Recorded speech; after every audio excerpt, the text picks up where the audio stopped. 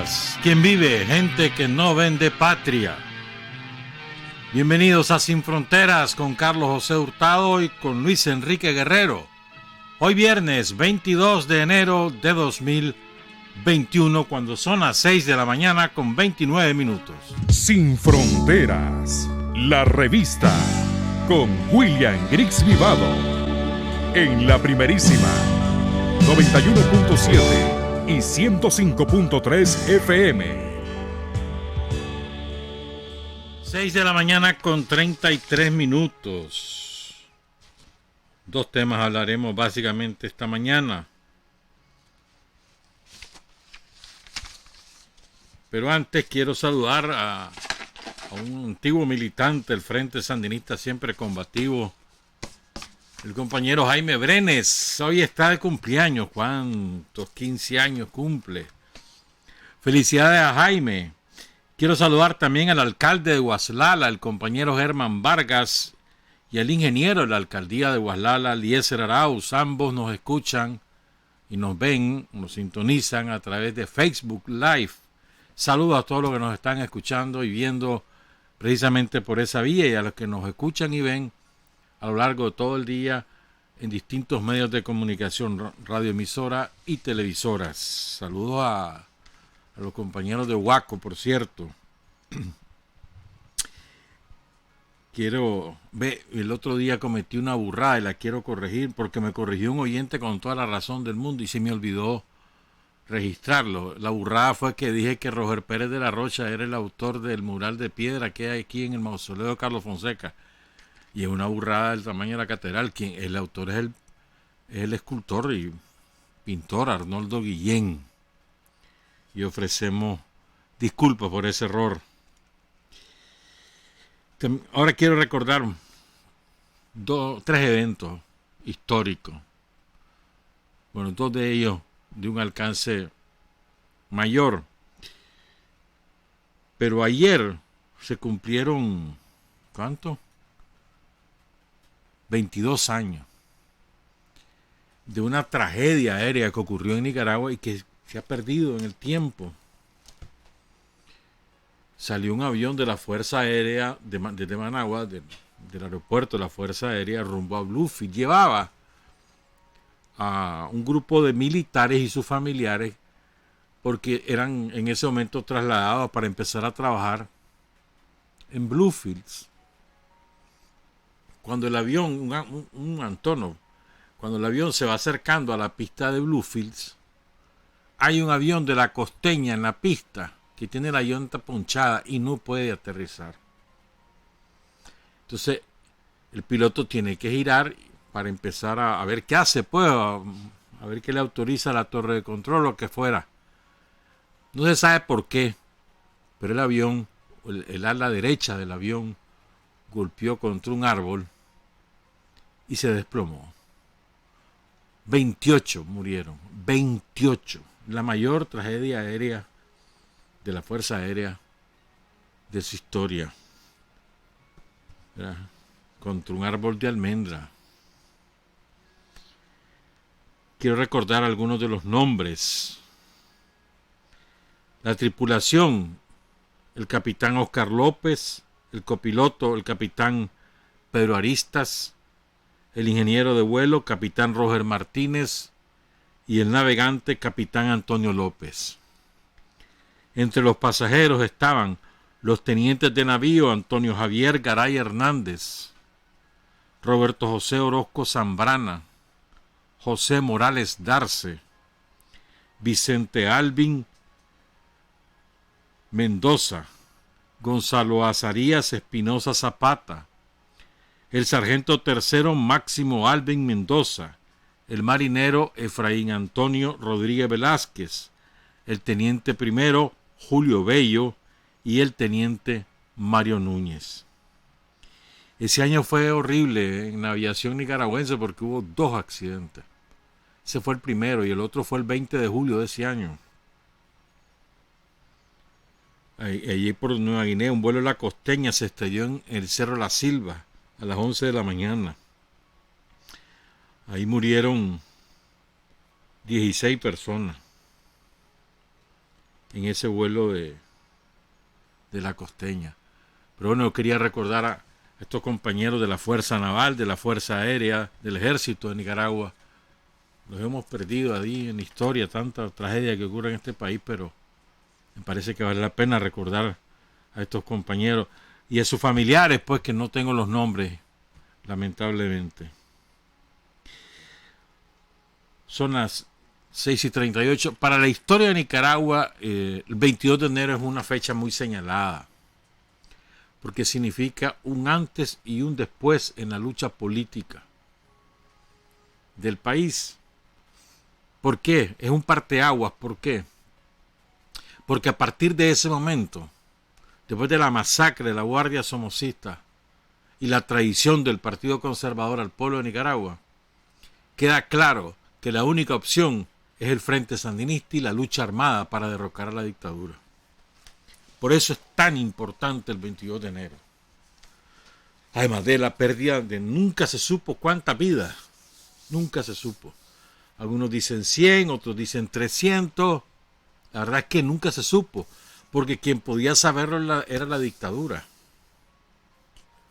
Y nunca se encontraron registros del saldo mortal de aquella masacre. Apuntemos algunas aristas de lo ocurrido. Había campaña electoral. Estaba prevista las elecciones para el primer domingo de febrero de ese año. Y ese día era el cierre de campaña del Partido Conservador. El candidato era el doctor Fernando Agüero Rocha, un reputado oftalmólogo que había asumido el liderazgo del Partido Conservador, la paralela histórica, el Partido Liberal, el Partido de la Oligarquía Granadina. Había asumido su liderazgo más o menos desde principios de los años 60 gracias a su verbo, a su oratoria, a su encendida oratoria. Tenía mucho don para dirigirse a la gente. Había rápida empatía. Y hablaba lo que la gente quería escuchar.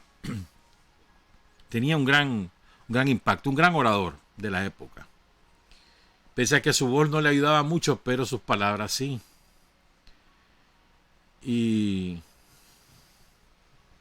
lo lanzan para candidato a la presidencia. Habían conformado una alianza de distintas agrupaciones de menor calado, encabezadas por el Partido Conservador y el Partido Social Cristiano. Y conformaron que se llamó la Unión Nacional Opositora, la primera UNO. Tenían muy buenas probabilidades de ganar las elecciones. Los conservadores habían estado cabildeando con la embajada norteamericana para que en caso de un eventual triunfo electoral, la embajada se encargara de obligar a Somoza a reconocer resultados. Había distintas agrupaciones dentro del Partido Conservador. Edén Pastor andaba en esa. Y un sector en secreto había sido orientado por la dirección del Partido Conservador para que llevara armas a esa manifestación. Pero la Guardia descubre a Edén Pastora con el cargamento de armas, incauta el cargamento y mete preso a Edén. Entonces las armas de mayor calibre no llegan a la manifestación, pero a un grupo de campesinos ya venían armados desde sus lugares de origen. Trajeron a muchos campesinos. Recordemos que en aquella época Nicaragua era un país fundamentalmente rural. Más del 60-70% de la población vivía en el campo. Hoy es exactamente al revés. ¿Verdad? Entonces, incluso muchos campesinos fue traído desde la noche anterior. Pernoctó en Managua, en las calles, en las aceras, en los parques. Participó en el mitin donde Fernando Agüero incita a la participación, al voto y demás. Fue un discurso muy agitador. Y los campesinos que aparentemente habían recibido la instrucción de después dirigirse a casa presidencial porque había que votar a Somoza, entonces enrumban, deciden manifestarse. ¿verdad? No van los dirigentes conservadores a la cabeza, va la gente. Y se vienen desde la Plaza de la República en aquel momento, hoy la Plaza de la Revolución, toman la Avenida Roosevelt, hoy la Avenida Sandino, y se dirigen a la presidencia que quedaba en la Loma de Tizcapa. La Guardia coloca un pelotón, o más de un pelotón. Habían como unos 100 efectivos de la Guardia distribuidos a lo largo de una cuadra entre el Banco Central y el Hormiguero. Ahí quedaba el edificio de Novedades, donde estaba también la estación X, que era la de Somoza, estaba la Z, y ahí se colocan. No está claro aún, nunca quedó eso esclarecido en términos históricos, y ya cada vez será más difícil porque los sobrevivientes han muerto en su mayoría. Pero aparentemente, incluso Danilo Aguirre, ya fallecido, periodista y dirigente en aquella época del Partido Conservador, decía que un francotirador de la UNO había disparado y matan a un teniente de la Guardia que cae. Entonces, como respuesta, la Guardia dispara. Otras versiones es que la multitud quiso romper el cerco y entonces la Guardia dispara. Y así, yo me acuerdo, yo estuve bien de veleta ahí, estaba cipote y me fui a ver, pues como he contado en otras ocasiones, me acuerdo que había mucha gente sobre los laureles de la India que rodeaban la acera, tanto la acera oriental como la acera sur del Banco Nacional, que quedaba frente al Banco Central. Y en todos esos árboles había montones de gente. El caso es que ocurre la masacre. Los dirigentes del Partido Conservador, repito, los que encabezan la UNO, no están a la cabeza de la manifestación. Se van a refugiar al Gran Hotel, negocian con Somoza la salida del Gran Hotel y una amnistía. Negocian con Somoza. No hubo petición de esclarecer los eventos. No hubo petición de justicia para los asesinados. No hubo amnistía para a los campesinos capturados. Para ellos no hubo amnistía. Una traición en toda la regla. Pero Joaquín Chamorro, Fernando Agüero, estaba, ¿cómo era que se llamaba? Pasos Argüello, y no me acuerdo quién es más. Entonces, ¿por qué un parteaguas? Por varias razones. La primera es que ha demostrado que con lucha cívica no vamos a votar a Somoza, con elecciones no vamos a votar a Somoza, vamos a las armas. La segunda es no podemos confiar en estos dirigentes. Nos traicionan, nos lanzan como carne de cañón, nos mandan a morir y ellos negocian con el dictador. La segunda lección. Y la tercera, hay que organizarse. No hay que ir a la zumba marumba, hay que organizarse. 3 lecciones extrae el pueblo de Nicaragua de aquellos trágicos eventos que significaron, repito, la muerte de una cantidad indeterminada de personas, por lo menos 100. Y nunca se supo exactamente cuánto. Yo recuerdo haber visto por lo menos 3 camiones de la Guardia repletos de cadáveres. Yo los vi, no es que me lo contaron. Pero bueno, de eso hace ya 44 años, a ver, 54 años. Y 54 años después, esas lecciones se mantienen vivas en la parte de la tradición de la oligarquía conservadora. Los ricos nunca van a ser leales al pueblo, nunca. Los ricos defienden sus intereses, negocian sus intereses y el pueblo les vale un carajo. Nunca les ha importado. Utilizan al pueblo para conquistar el poder. Y si lo llegan a conquistar, después lo traicionan. Esa ha sido la historia con el Partido Conservador, con la oligarquía conservadora. En aquel momento eran los 2 grandes partidos, el Partido Liberal Somocista y el Partido Conservador. O eras somocista o eras conservador. Había agrupaciones menores como el Partido Social Cristiano, el Partido Liberal Independiente, el Partido Socialista, pero no tenían gran influencia nacional, gran arrastre popular. Fíjate bien, miren lo que ha estado ocurriendo en estos años. Es exactamente lo mismo. O sea, la naturaleza de clase siempre prevalece por encima de cualquier cosa. La oligarquía, los ricachones, los magnates son traidores por definición porque se defienden a sí mismos y a sus familias. A lo sumo defienden a los de su propia clase y a lo sumo, porque si también hay que deshacerse de ellos, lo hacen para defenderse a sí mismos. Hablan en nombre de la democracia, de la libertad, que luchan por esto y luchan por aquello y realmente luchan por sí mismos. No luchan por la gente, nunca lo han hecho, jamás.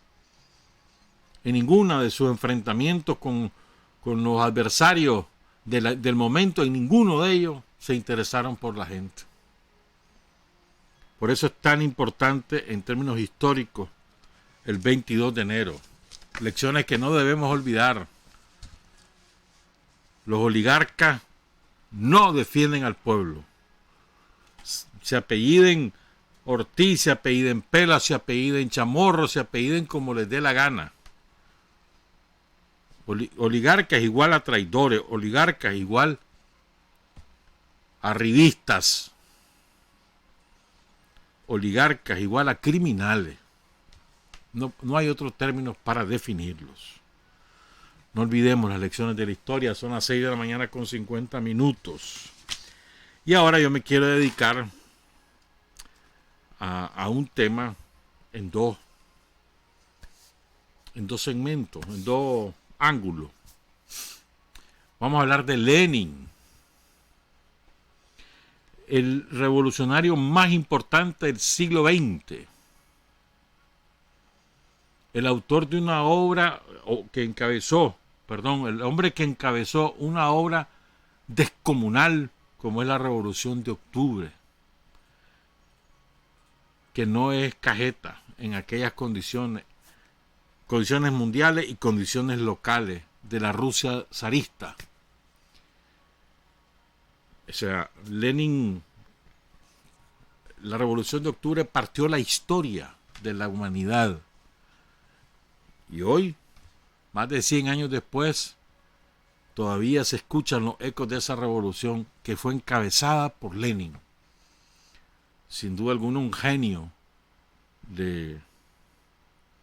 más allá de incluso de la propia ideología, un genio, un hombre genial, extraordinariamente culto y creativo. Entonces vamos a contar cosas de Lenin, pero desde un ángulo diferente, porque creo que es muy importante. Siempre hemos insistido, lo hemos dicho con Carlos Fonseca, por ejemplo, el proceso de formación del revolucionario, cómo ocurre. Y van a ver o van a escuchar cómo fue de diferente el proceso de formación de Lenin. Y probablemente algunos que no lo conocen o no lo han escuchado se van a sorprender.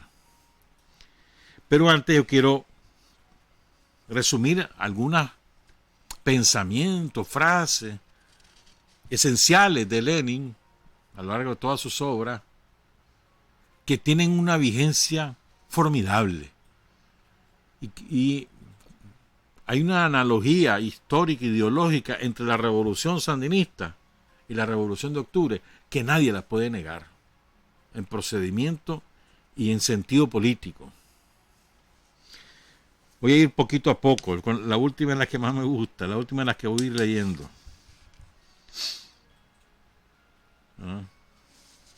Empiezo.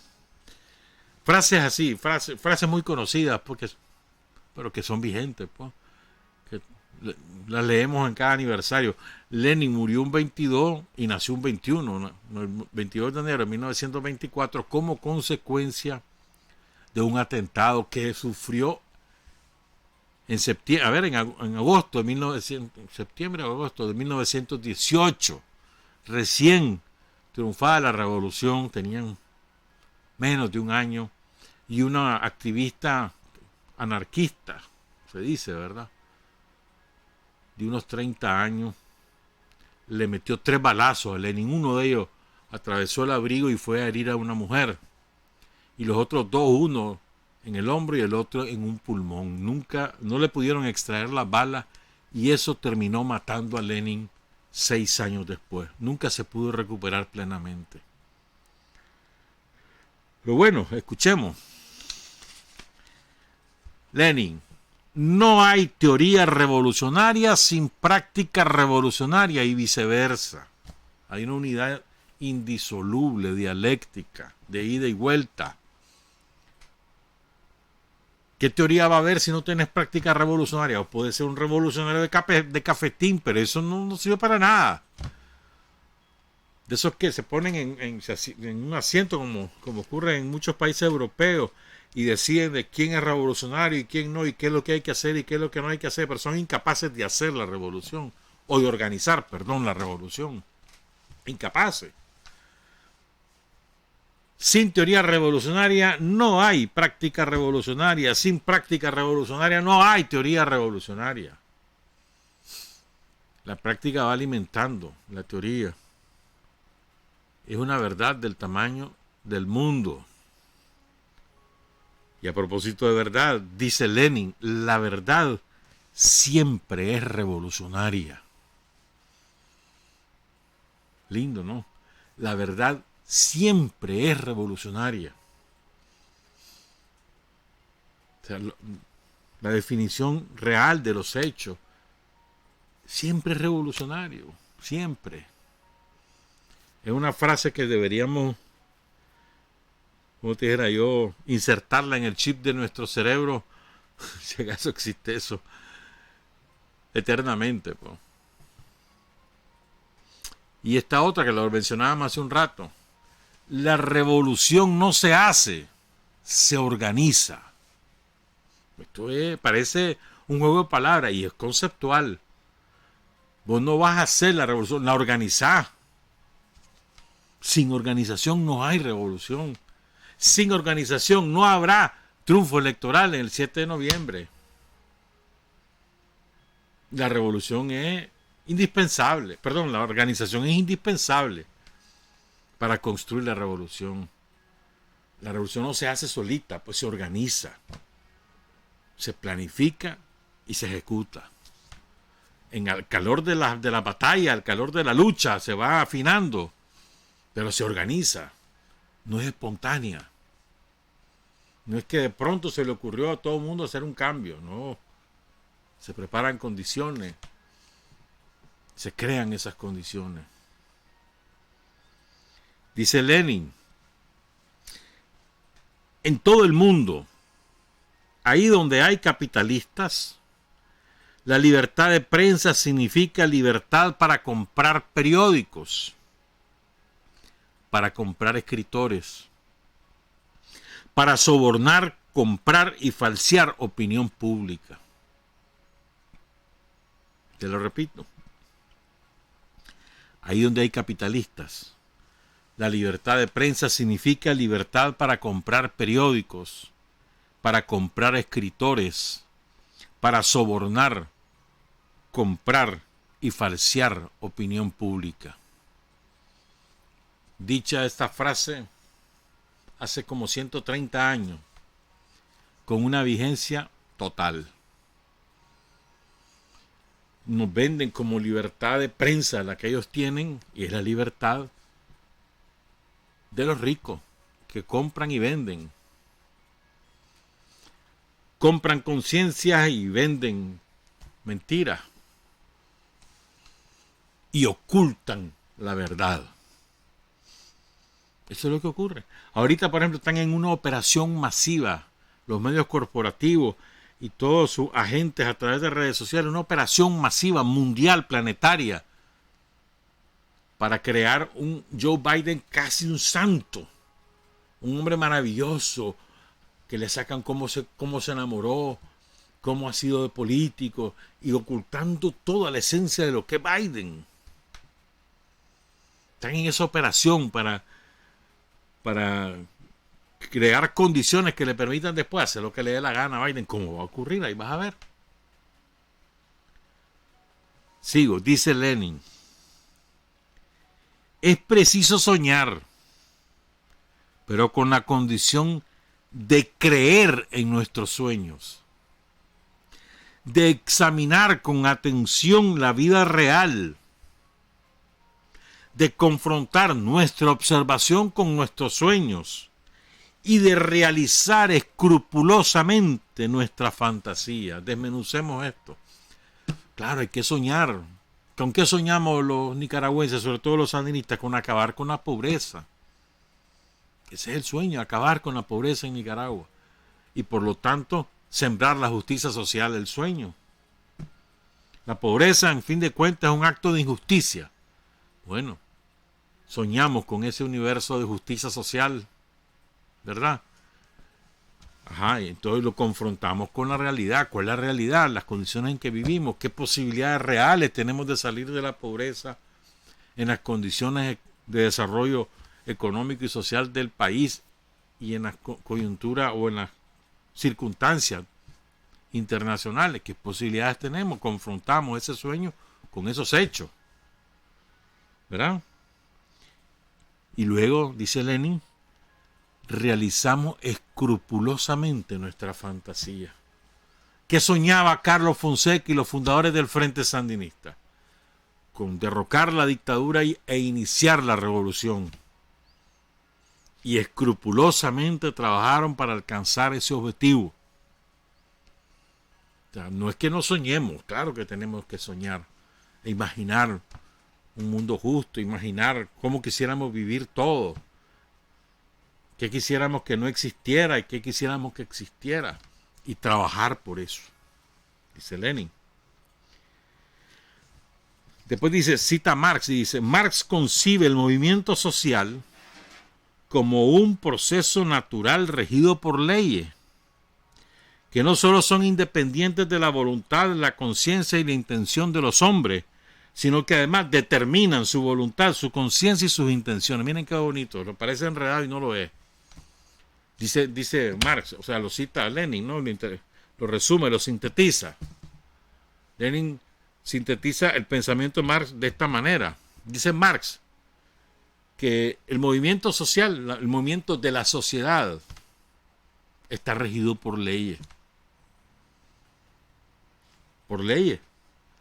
Que eso no es independiente de cómo pensemos, de cómo querramos, tengamos la voluntad, o cuál sea nuestra intención, o cuál sea nuestra conciencia. Dice, eso es independiente. Independiente de la voluntad, de la conciencia y de la intención de los seres humanos. Dice, sintetiza Lenin el pensamiento de Marx. Y dice más aún, dice. Ese desarrollo, ese movimiento de la sociedad condiciona tu voluntad, tu manera de pensar, tu conciencia y tu determinación, tus intenciones. O sea, no solamente es que es independiente de lo que uno quiera hacer. O sea, el movimiento de la sociedad es independiente de si vos querés hacerlo o no querés hacerlo. Es independiente. Independiente de si tenés conciencia o no tenés conciencia de lo que ocurre. El movimiento de la sociedad, el cambio de la sociedad, el funcionamiento de la sociedad es independiente a eso. Y es más, condiciona tu manera de pensar, tu voluntad, tus intenciones, tu conciencia. ¿Me entendés? Y esta es una frase que pocos saben que es de Lenin. Se dice con mucha frecuencia esta frase. Y es de Lenin. Si no eres parte de la solución, sos parte del problema. Actúa. Si no sos parte de la solución, sos parte del problema. Actúa. Linda frase. No hay que explicar nada, ¿verdad? Les leo otro pensamiento de Lenin y compárenlo con lo que ocurre ahora en Nicaragua, con lo que ocurrió en 1979. Comparen. O sea, para que vean la vigencia de esta definición de Lenin, dicha hace 130 años. O 110 o 120, no importa, o 100.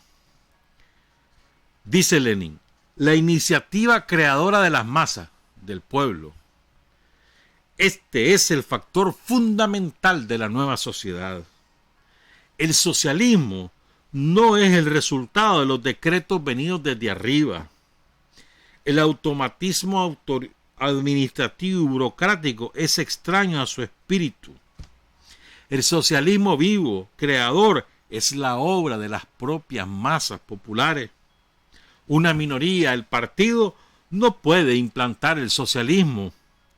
Podrán implantarlo decenas de millones de seres cuando aprendan a hacerlo ellos mismos. Este es un concepto de un calado ideológico y político de largo alcance. O sea, no son un grupito el que impone el socialismo se construye y lo construye la propia gente cuando aprenda a hacerlo y cuando quiera hacerlo. Para eso requiere conciencia y desarrollo económico y social. Eso es un agregado mío. Pero no puede ser implantado, no puede ser decretado el socialismo. Hoy decreto que en Nicaragua hay socialismo. Eso no es así.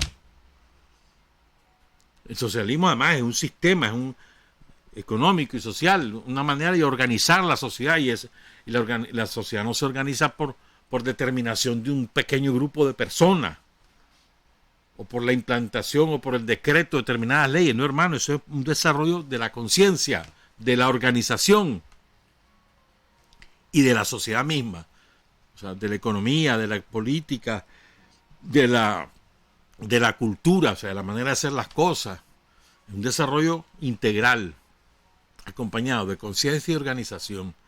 Así es que se construye el socialismo. Entonces, para algunos que yo he leído ahí, que hay que hacer el socialismo, que no sé qué, que hay que nacionalizar.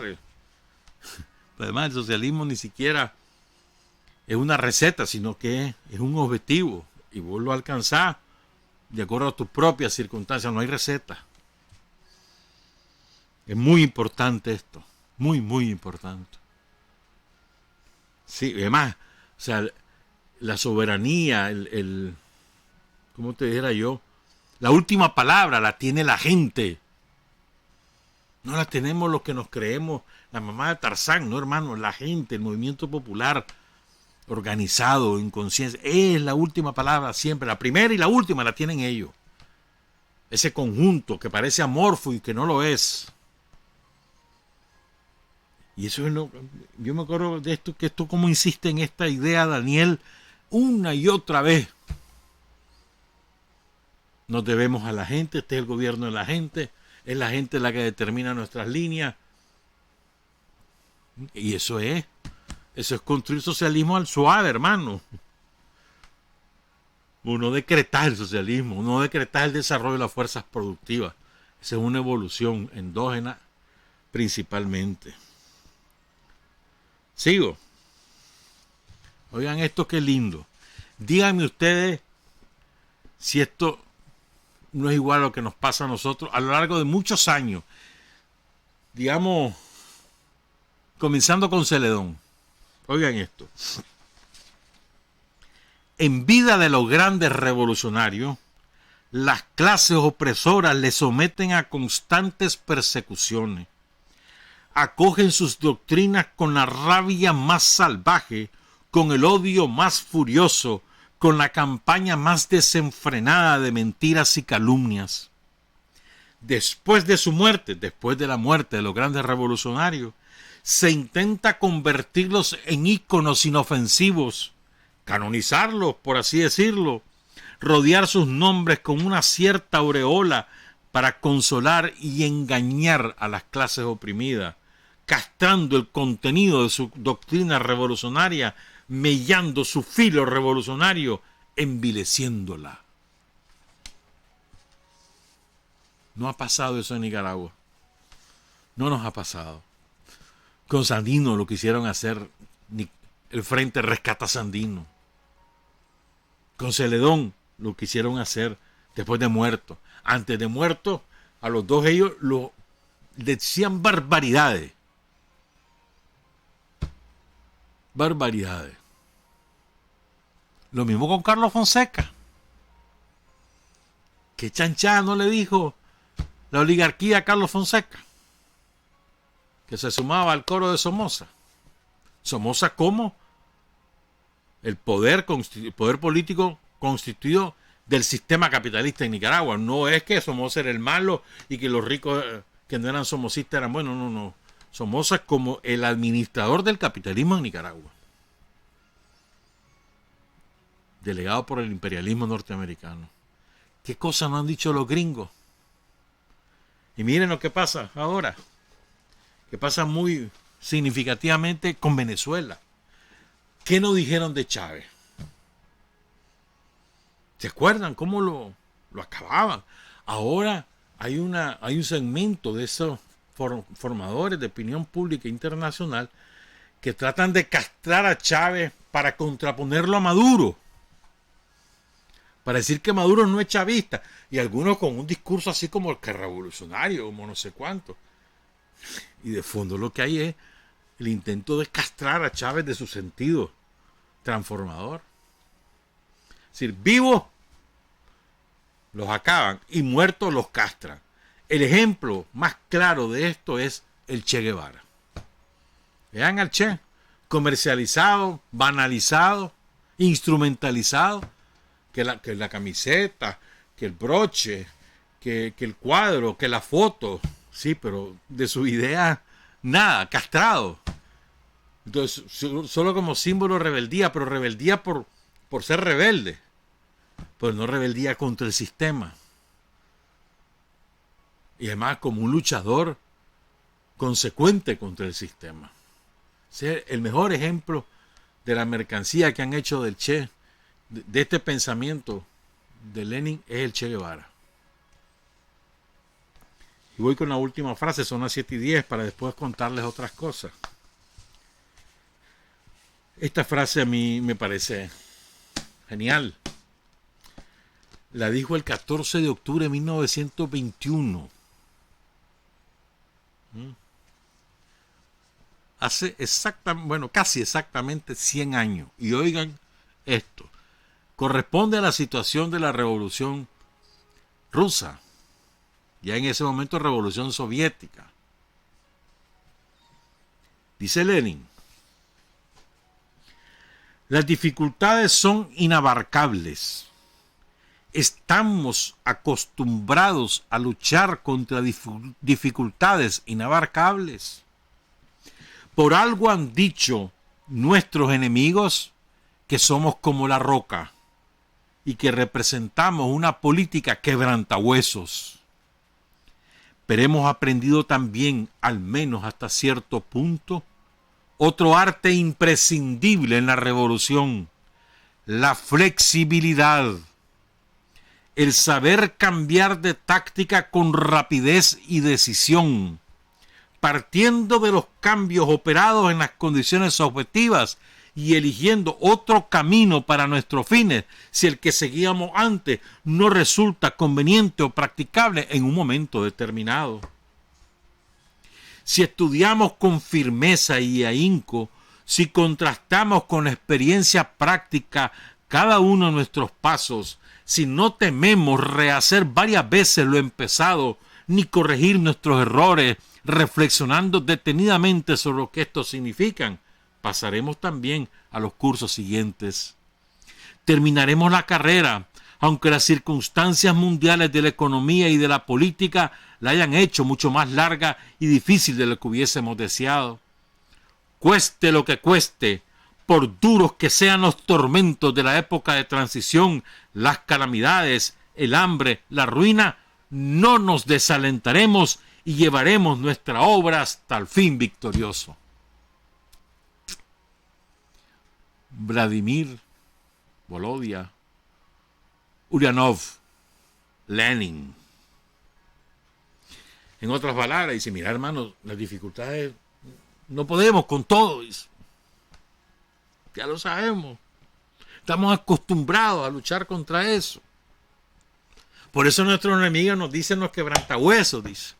Sí, que somos tercos, disciplinados y vamos. Ah. Y que somos como la roca. Así le decían los enemigos a los bolcheviques.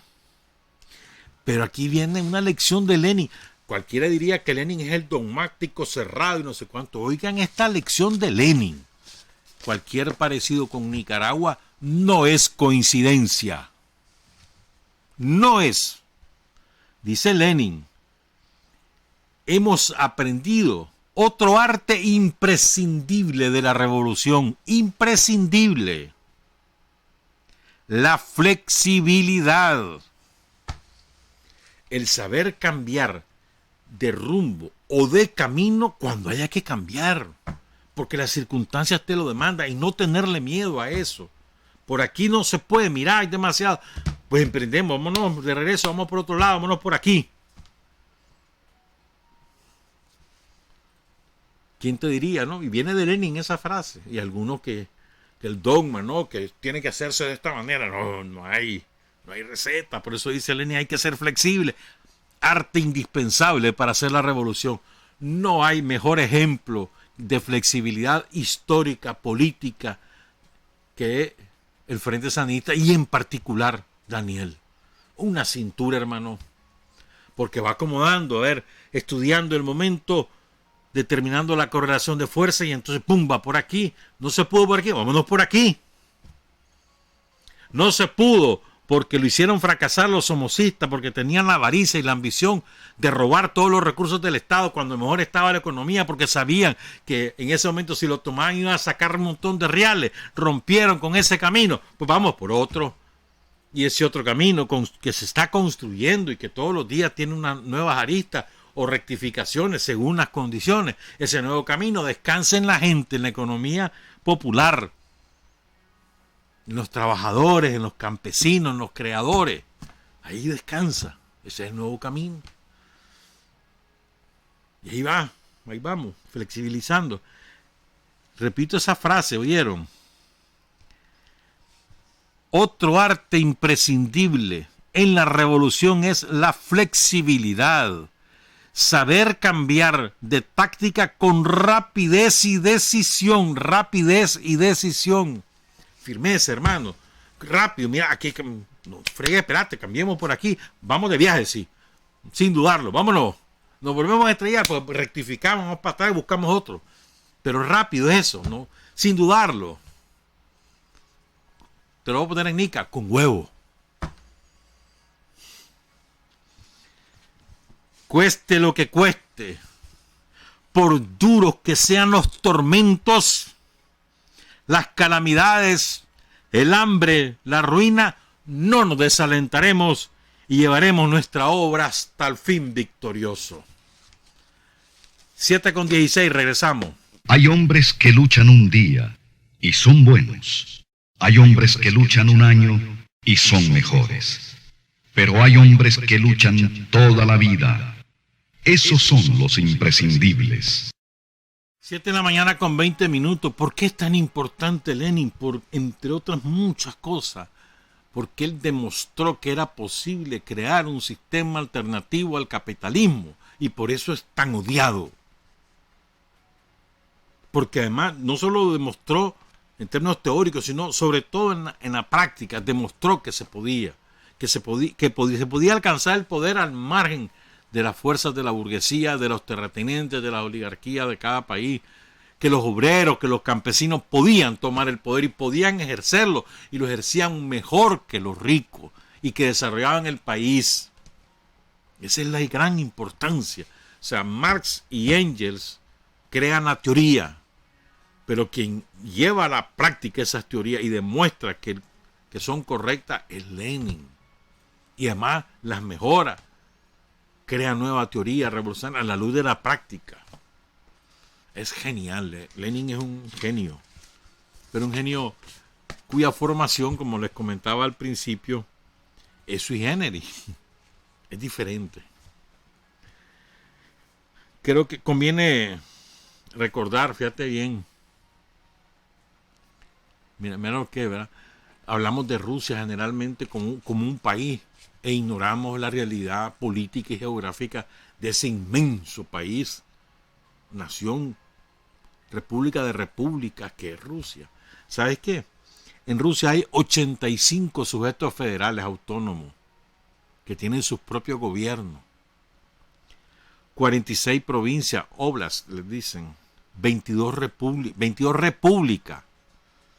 Es de que todos estos territorios autónomos tienen, esta república, perdón, y los territorios autónomos tienen su propio idioma. Además del ruso, tienen un idioma propio. Y eligen su presidente. Poco lo sabemos, ¿verdad? Entonces tiene 46 oblasts o provincias, 22 repúblicas, una región autónoma que es reciente, que es pequeñita, que es de los hebreos que viven en Rusia.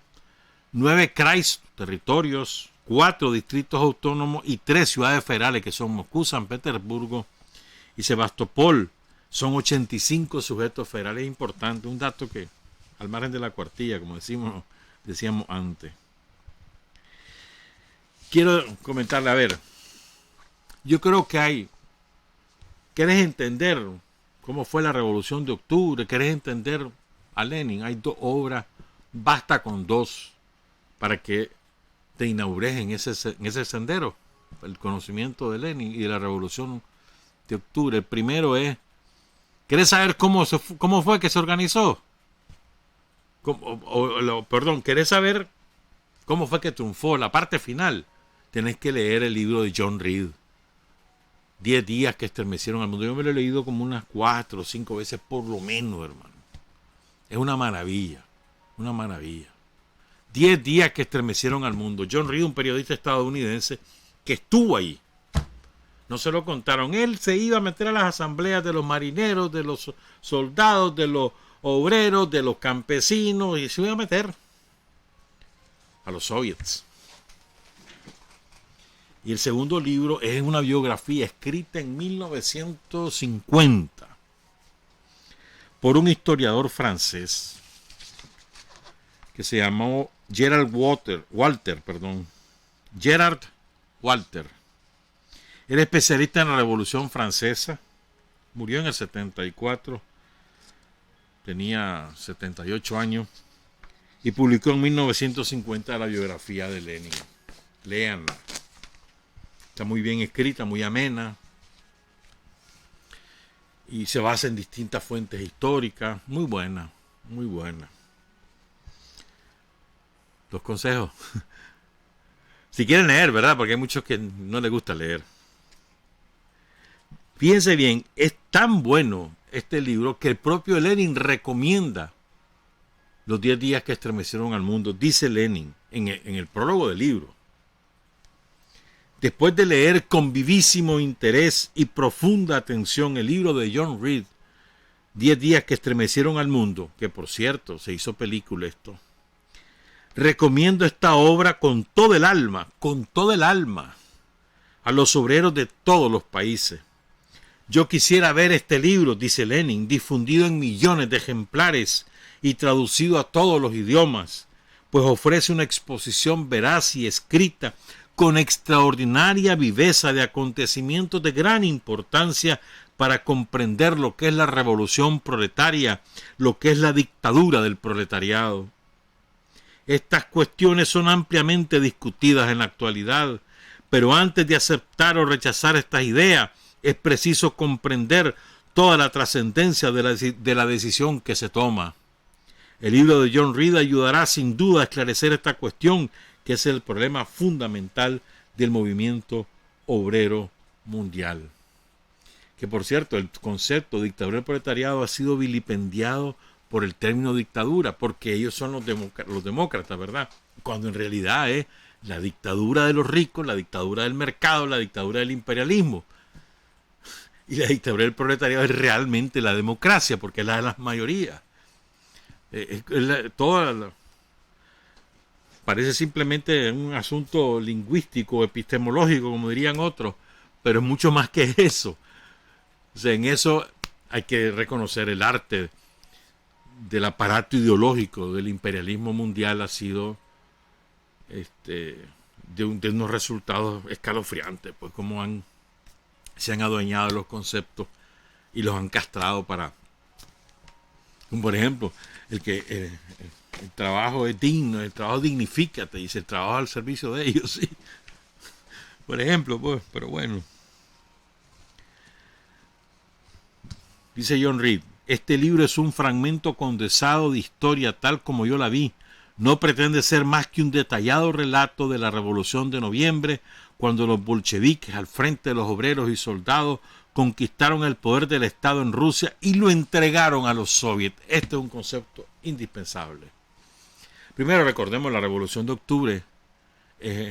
Un proceso que empezó a principios del siglo XX, finales del siglo XIX, con la hambruna, por la sequía y todo eso, que depauperiza al campesinado, que empiezan las acciones del campesino, llegaban a las ciudades, asaltaban almacenes, asaltaban las viviendas de los ricos, o sea, un proceso.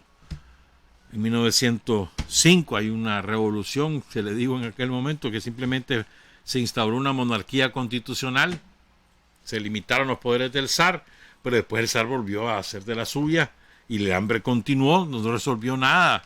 Lo mismo, pues hacen cambio cosmético, cambiar todo para no cambiar nada, lo que se llama el gatopardismo, y el pueblo seguía viviendo igual. Después se meten a la Primera Guerra Mundial, donde hay una matanza de soldados espantosa. No les dan la comida, no les mandaban municiones, no les daban armas suficientes, una cosa espantosa. Y fue deliberado porque había un arreglo entre el zar y Alemania para ver cómo iban a salir de esa. Entonces mandaban a la gente a morir. Y entonces en los frentes de guerra había una hambruna horrible y una demanda de los soldados de cambiar aquello. Por eso es tan importante cuando se habla de los soldados en la Revolución de Octubre.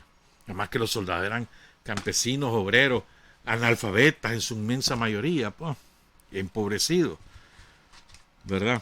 Pero este es fundamental, ¿verdad? Los bolcheviques conquistan el poder y se lo entregan a los soviets. ¿Qué eran los soviets? Eran las asambleas. Eso eran los soviets. Asambleas de soldados del primer regimiento, del segundo regimiento, del primer batallón, del segundo batallón. Asamblea de obreros de la fábrica tal, o campesinos del qué sé yo, pues de la hacienda tal, o de lo que fuera. Eso eran los soviets, asamblea. Y la gente era masiva, la participación, y todo el mundo opinaba de lo que fuera. Entonces, los bolcheviques toman el poder y se lo entregan a los soviets. Eso es fundamental entenderlo. O sea, los bolcheviques son instrumento del pueblo organizado para ejercer el poder político. Cualquier parecido con Nicaragua no es coincidencia. Somos instrumentos del pueblo para organizar la revolución. Eso somos. No somos los dueños ni somos los protagonistas para nada. Después hay una descripción de Lenin y después voy a contar cómo es la formación. Voy a contarla, ya no voy a poder leerla, pero sí lo voy a contar. El 8 de noviembre, cuenta John Reed, eran exactamente las 20:40, o sea, las 8:40 de la noche, cuando una atronadora ola de aclamaciones y aplausos anunció la entrada a la presidencia y de Lenin, el gran Lenin, con ella. O sea, 20:09, entra Lenin a la asamblea.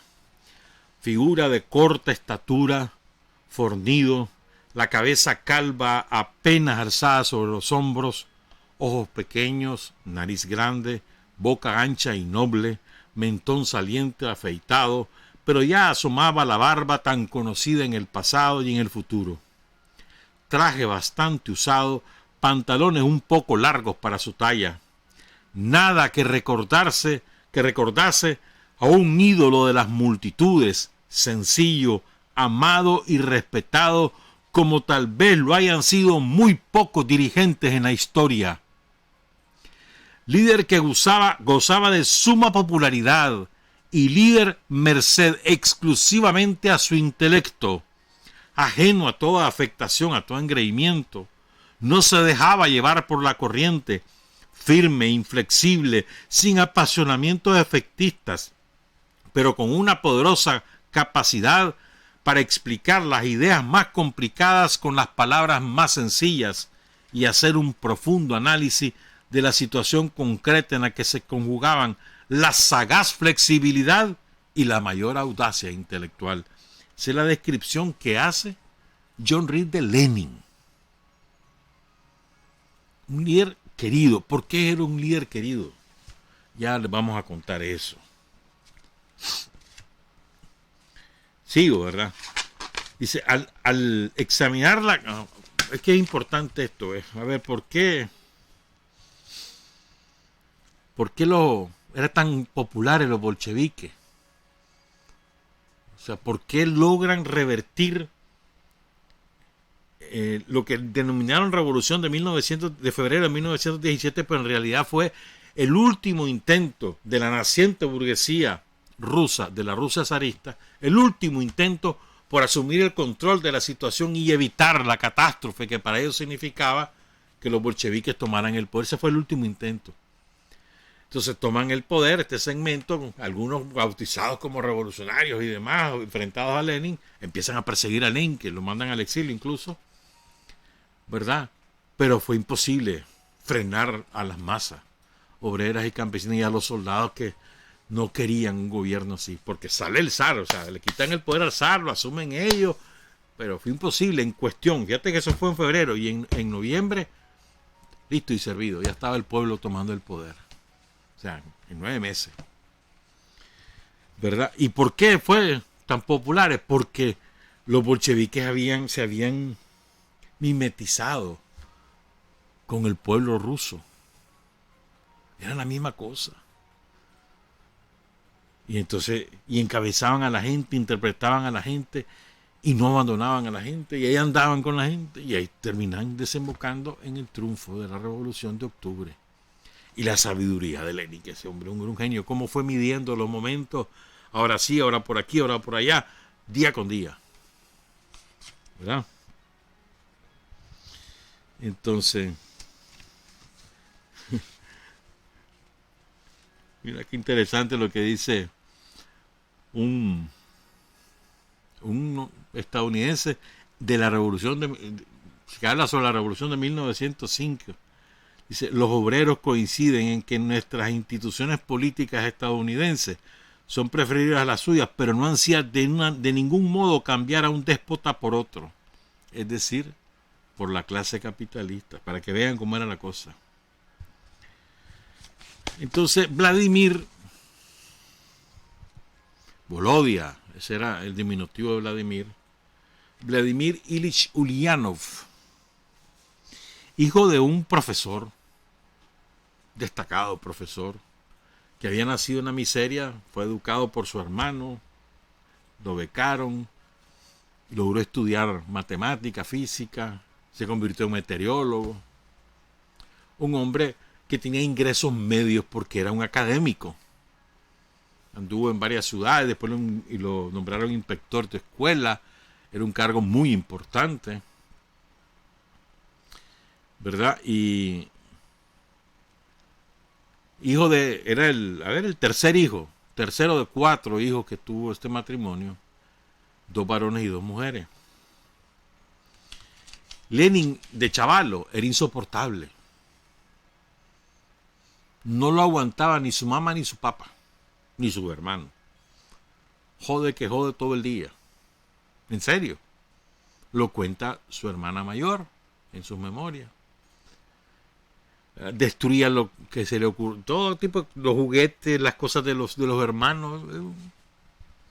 Hiperactivo, pero muy estudioso. Esa era su gran ventaja, y tenía una memoria privilegiada. Entonces, mientras sus hermanos pasaban estudiando horas tras horas, él llegaba y en media hora estaba listo y sabía todo. El papá lo llamaba y le preguntaba de cualquier materia y se la sabía toda, eludido. Entonces, solo que le daba margen de hacer lo que le daba la gana. Un chavalo ingobernable, rebelde, malcriado con su mamá, malcriado. El que le ponía el orden era el hermano mayor. Que tanto el hermano mayor, hay 2 eventos que marcan la vida de Lenin: la muerte de su padre y la muerte de su hermano. Su papá muere deprimido. Porque él era el inspector de escuela. Llega un ministro nuevo y lo destituye. Porque parece que le hicieron una conspiradera a otros maestros que querían ser inspectores y todos lo destituyen. Y eso era una posición de mucho prestigio intelectual y social. Entonces él cae en depresión, pese a que semanas después, porque tardó poco tiempo destituido, lo vuelven a instalar, porque destituyen al ministro, que lo consideran muy liberal, entonces lo corren al ministro.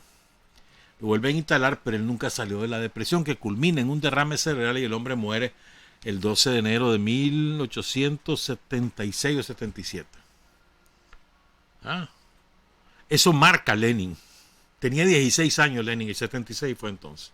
Perdón, el 86. 1886. Ese año muere el padre. Ese suceso marca a Lenin de esta manera. Él era un hombre, hasta ese momento, no recuerdo qué religión, pero era religioso, de a celebrar culto y toda esa onda, y a partir de ese momento él deja de creer por la muerte de su padre, un evento que él nunca entendió.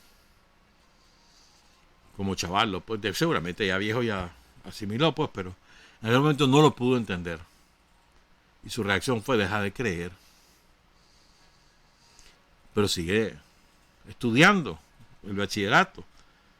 Pero se convierte en más malcriado con la mamá. Entonces el que lo ponía mano era el hermano. Un día dice que estaban en la mesa y él estaba jugando no sé qué cosa. Entonces la mamá le dice, anda a hacer el mandado que te dije. Y le dice, ya sé, ya no sé qué. Le grita. Entonces le dice el hermano, si no va a hacer el mandado que te dijo mi mamá, no vuelvo a jugar con vos. Entonces se levantó, se fue a hacer el mandado y ya regresó. Así era la influencia del hermano. Que el hermano estudiaba química y biología. Se llamaba Alejandro. Sasha es el diminutivo de Alejandro. Entonces, ya el hermano estaba en la universidad. Y una vez Lenin ve que en el cuarto de su hermano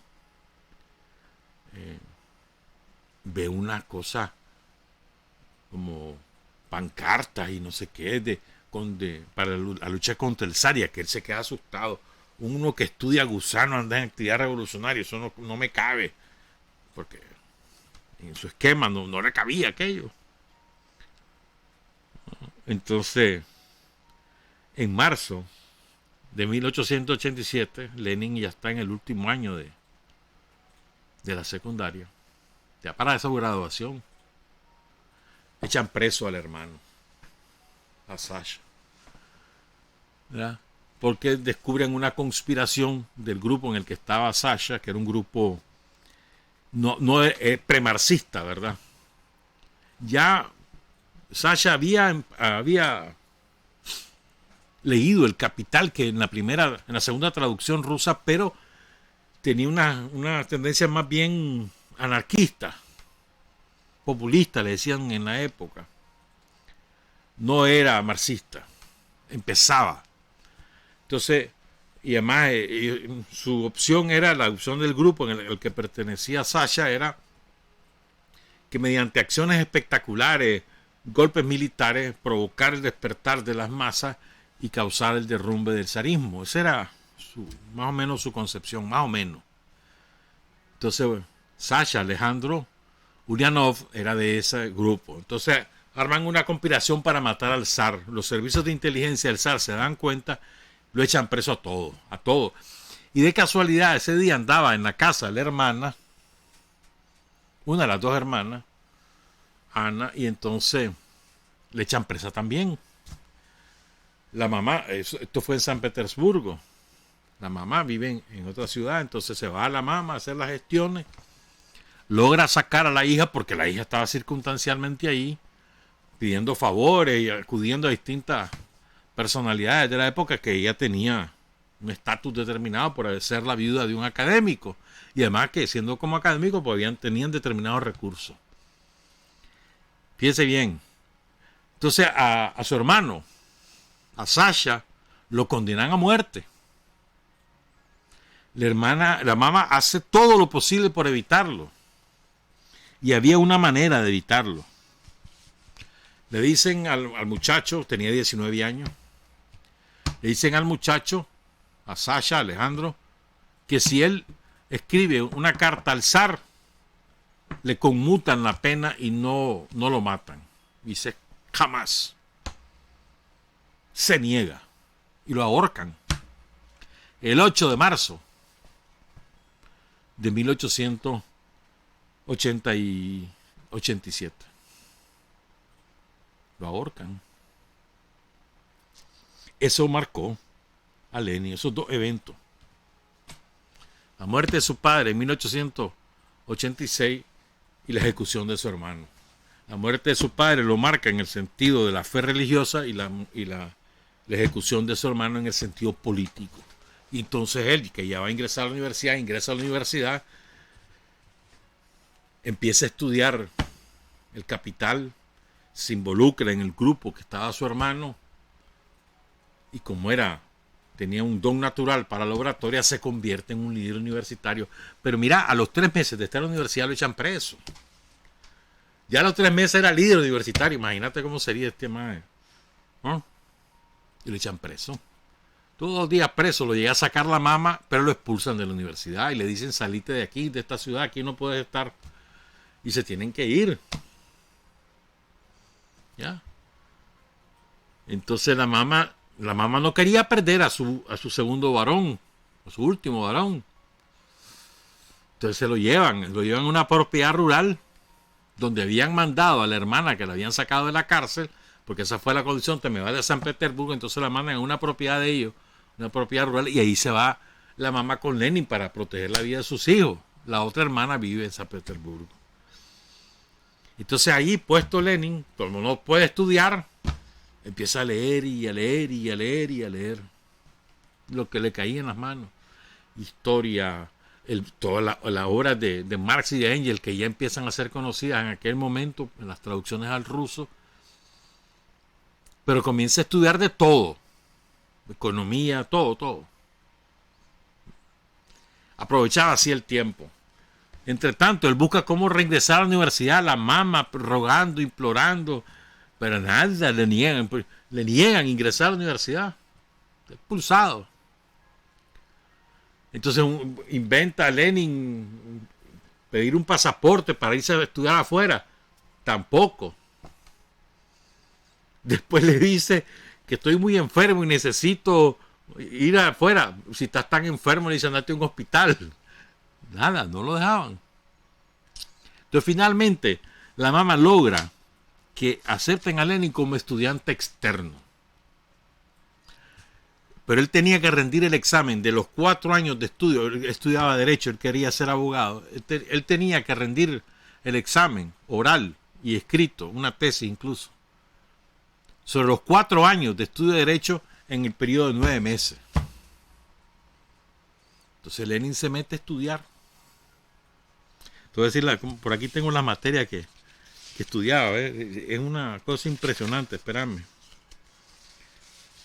Bueno, hoy lo voy a ir viendo. Entonces, la cosa es que se mete a estudiar. Y no solamente pasa, sino que es el mejor. Ya. O sea, así de disciplinado era ese hombre. Así de disciplinado. Y se gradúa de abogado, se va a ejercer a San Petersburgo, ya puede regresar porque ya culminó sus estudios. A los 6 meses le dan la acreditación como abogado.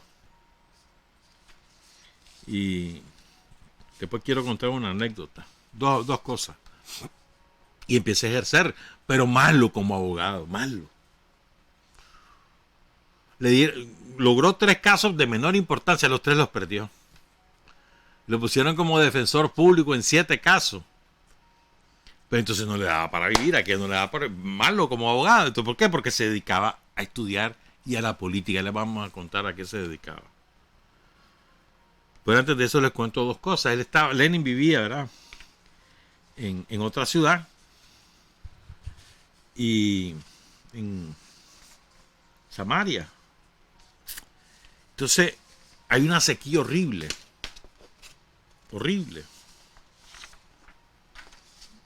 y hay un hambre terrible. Te estoy hablando más o menos de 1891, 90 más bien. Entonces empiezan las damas de la caridad, ¿verdad? De los sectores medios, los sectores aristócratas de la ciudad a organizar colectas para darle comida, para darle abrigo a los hambrientos, porque era un hambre total la que había. Y Lenin se opuso tenazmente a esa actividad, porque él decía que la caridad, que la filantropía adormecía la conciencia de las masas, y él se opuso, nunca se involucró y le volaba riata. Ya, interesante eso, ¿no? En Samara. Dice, se mostraba sencillamente consecuente y lógico fiel a la idea fundamental de la doctrina marxista. Estimaba que toda esa actividad, que no era sino filantropía pura y simple, representaba solo un paliativo destinado más a agravar el mal que a aliviarlo. Ayudar al régimen a vencer el terrible azote era contribuir a su consolidación, cuando precisamente esa catástrofe revelaba rotundamente la imprevisión del gobierno zarista, su incapacidad, y favorecía la difusión de las ideas revolucionarias entre los campesinos. Esa era la lógica de Lenin. Pero bueno, sigo con el cuento. Entonces la cosa es que ya está como abogado, no le daban los reales y todavía la mantenía la mamá. Porque, no digo bola como abogado, ¿me entiendes? Ya se dedicaba más a la política y al marxismo y a estudiar. ¿Verdad? Entonces, una vez se va a Moscú para pasar la Navidad, y ahí ya está viviendo su mamá con su hermana, con Ana. Y entonces ahí se metió en una discusión con un famosísimo revolucionario de la época, y después se regresa a San Petersburgo. Y entonces ahí se dio cuenta, en ese evento, que lo que había que hacer era la acción, que basta ya de discusión, hay que pasar a la acción. De nada sirve estar discutiendo, hablando babosada, lo que hay que hacer es trabajar. Y toma la decisión, yo voy a empezar a hacerlo. Entonces regresa a San Petersburgo. Hasta ese momento, con la ayuda de su mamá, tenía un apartamento cómodo y renuncia a él, le costaba bastante. Se va a uno muy modesto, estaba soltero. ¿Y qué es lo que empieza a hacer? Miren qué interesante. Comienza a ir a las fábricas, a hablar con los obreros, a hablar, a conocer al detalle la situación personal, familiar de cada obrero y de la fábrica en la que laboraban. Esa era su onda. Y a explicarles lo que era el marxismo, lo que era el capitalismo, cómo le sacaban la riqueza a cada obrero, a explicárselo en palabras que la gente entendía. Ahí empieza a construir su liderazgo Lenin, en el contacto con los obreros, en la fábrica. Entonces él se alimentaba además de su situación para tener una idea más clara de la situación y elaborar sus ideas políticas. Pero a partir del contacto con los obreros, y él iba a la fábrica con un seudónimo un día, con otro seudónimo otro día. Hay una anécdota muy interesante sobre esto. Se la voy a contar. La narra un obrero que se llamó no sé si Volodia, ¿qué? Niasev. Y él cuenta, miren, oigan qué bonito esto. Después de haber organizado algunos círculos, le dije a nuestro centro que había que enviar intelectuales para dar conferencias.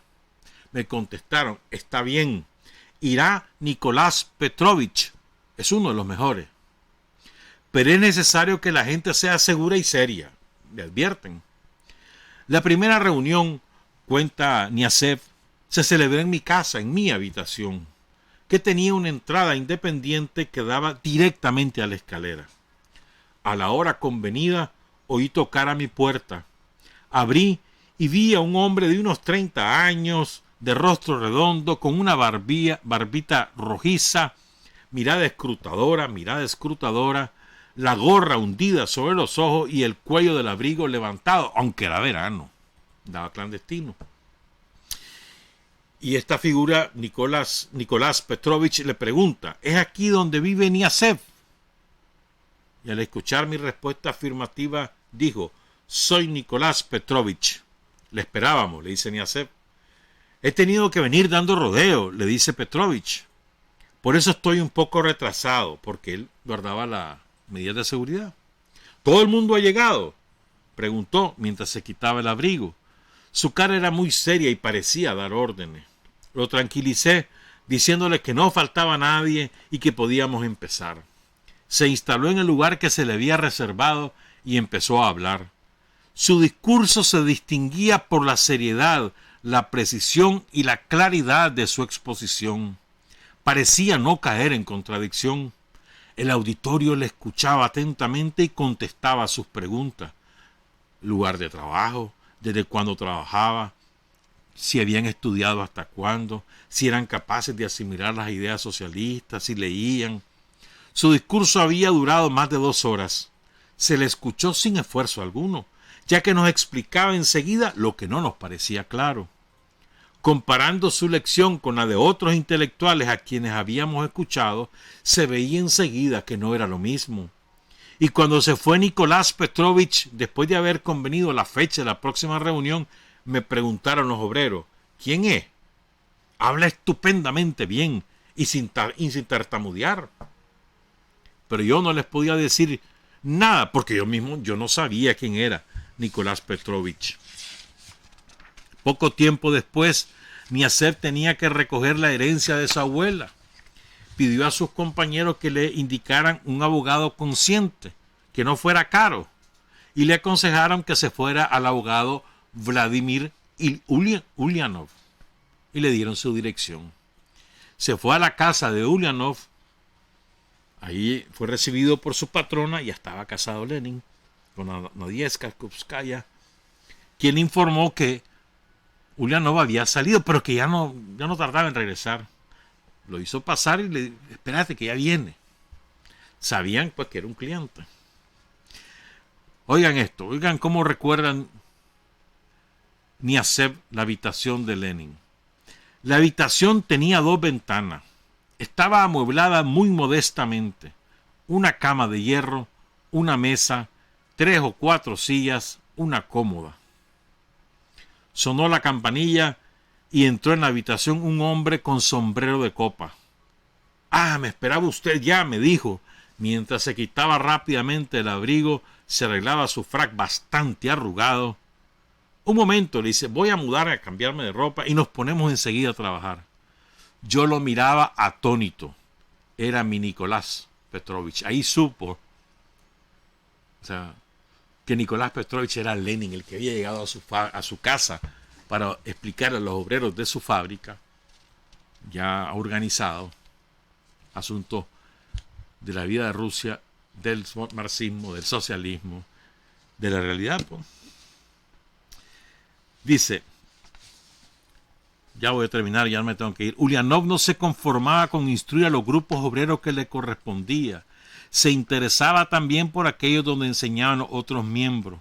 Lo hacía en calidad de dirigente o sencillamente porque quería ampliar lo más posible los límites de campos de observación en los medios obreros. Fíjate, mira qué interesante. O sea, se interesaba en lo propio, pero buscaba cómo saber cómo les iba a los otros y se ponía a hablar con los obreros de los otros círculos para simplemente empaparse de la realidad y tener contacto con los obreros. Y así se fue forjando su liderazgo. Tanto que empezó a hablarse en Moscú. San Petersburgo era la capital de Rusia en aquel momento. Se hablaba en Moscú de aquel Ulyanov, que era bueno, que no sé qué, que no sé cuánto, y se empezó a crear su fama. Pero su fama se construye sobre la base del contacto con los obreros y de convertirse en un líder entre los obreros sin serlo, pero identificado con sus intereses, conocedor a fondo de su situación y además siendo un estupendo orador y estudioso de la realidad. Así se hizo Lenin. Es interesante. Cada quien tiene un proceso de formación diferente. Lo comparás con Carlos Fonseca y es totalmente diferente. Con Fidel, el símil es que Fidel también es abogado, ¿verdad? O con Daniel, y son cosas totalmente diferentes. O sea, desde distintos orígenes se puede llegar a la revolución y a ser dirigente revolucionario. Trabajar, avanzar, combatir, vencer, patria y libertad. Revolución es sentido del momento histórico. Es cambiar todo lo que debe ser cambiado. Es igualdad y libertad plenas. Es ser tratado y tratar a los demás como seres humanos. Es emanciparnos por nosotros mismos y con nuestros propios esfuerzos. Es desafiar poderosas fuerzas dominantes dentro y fuera del ámbito social y nacional. Es defender valores en los que se cree, al precio de cualquier sacrificio. Es modestia, desinterés, altruismo, solidaridad y heroísmo. Es no mentir jamás ni violar principios éticos. Es convicción profunda de que no existe fuerza en el mundo capaz de aplastar la fuerza de la verdad y las ideas. Revolución es unidad, es independencia, es luchar por nuestro sueño de justicia para Cuba y para el mundo, que es la base de nuestro patriotismo, nuestro socialismo y nuestro internacionalismo.